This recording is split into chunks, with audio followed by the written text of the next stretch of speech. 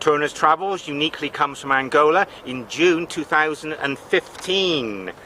Angola is on the west coast of southwest Africa, north of Namibia.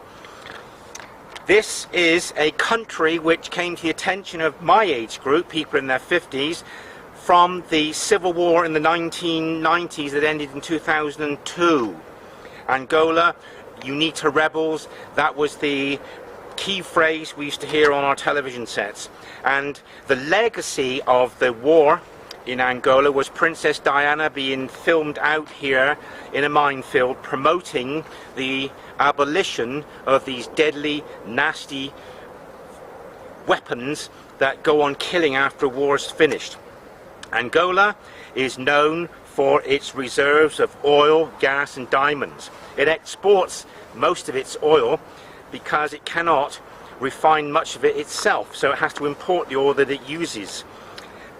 And Angola relies totally on imports. It hardly manufactures anything itself. A lot of the food will come from Portugal. Angola is an extremely expensive country, and Turner's Travels came to last year from Paraguay, and this is the Brad Guide to Angola. They write guides about countries that people hardly ever visit.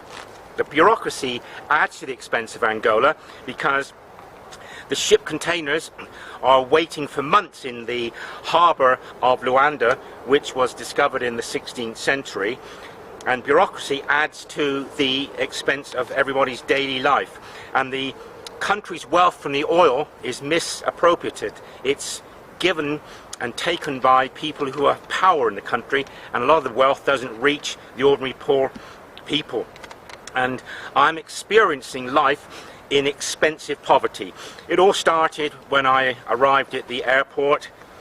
I wanted a taxi to take me 1 mile from the international arrivals building to the domestic terminal, and the man said, we'll use the meter. And up till now, meters had always served me well because they were a fair price, but I think this taxi driver was a bit of a crook because he fixed his meter, and I had to pay £30 for a mile, and that was a terrible entry into the country.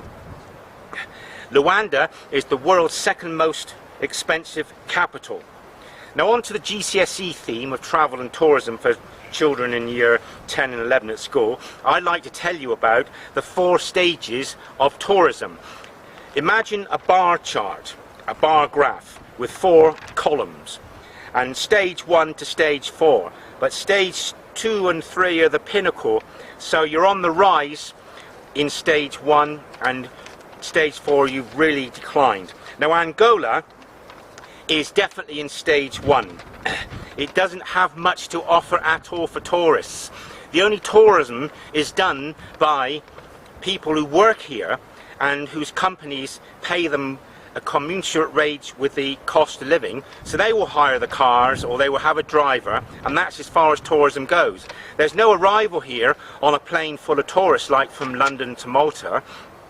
When I arrived, the plane was full of Chinese workers. I was the only European on board the plane, except for an Italian worker. So Angola is in stage 1 of tourist development. There is no tourism as we know it. And this is probably one of the world's least tourist countries. Stage 2, you would see the likes of Poland, because they've emerged from the years of communism, and in Poland you can visit Krakow, the salt mines, and the morbid history lesson of Auschwitz I and II at Auschwitz, which everybody must visit. In stage 2 to stage 3, that's the pinnacle of the tourist industry. Malta would be at the pinnacle, would be early stage 3. Kenya would be later stage 3 because it's reached the pinnacle and it's suffering a massive decline in visitor numbers because the bombs have gone off since about 1997. Sierra Leone used to be in the GCSE syllabus as a developing country's efforts to promote mass tourism, and in the 1990s it's featured prominently in schools. Then there was a civil war, so it went through stage 2 and 3 and rapidly exited stage 4. Sierra Leone has not been able to regain a place on the higher ranking in stage 1 because of the Ebola situation. I'd like to conclude this video by saying that this is the 80th country that I've visited. It's taken me 40 years of hitchhiking. It's Turner's Travels around the world in 80 countries, and I've arrived here today by hitchhiking. I couldn't afford to travel in taxis and lots of buses, and if I'd have used buses I would never have found this beautiful spot in Angola, one of the loveliest places in Angola apart from the massive waterfalls they've got here. And I'm with George. He's an Angolan. He's going to give me a lift for a few hundred miles. He's bought me dinner. He's cheered me up after me being ripped off by that crooked taxi driver yesterday, and after a very negative start in Angola, meeting the likes of George through hitchhiking, being adventurous, and the Angolas know I am the only foreigner who's hitchhiking through the country. I'm a strange sight, and if people pick me up it's through curiosity. I'm on my own, I'm waving the English flag, and life is improving, and I'm now finding ways to cut the costs of being in a very expensive country where you're expected to survive on $200 a day. And last night, for example, I spent $55 for a poky little room with hardly any water coming out of the shower, and it was an abysmal way to part with all that money to be living in expensive poverty.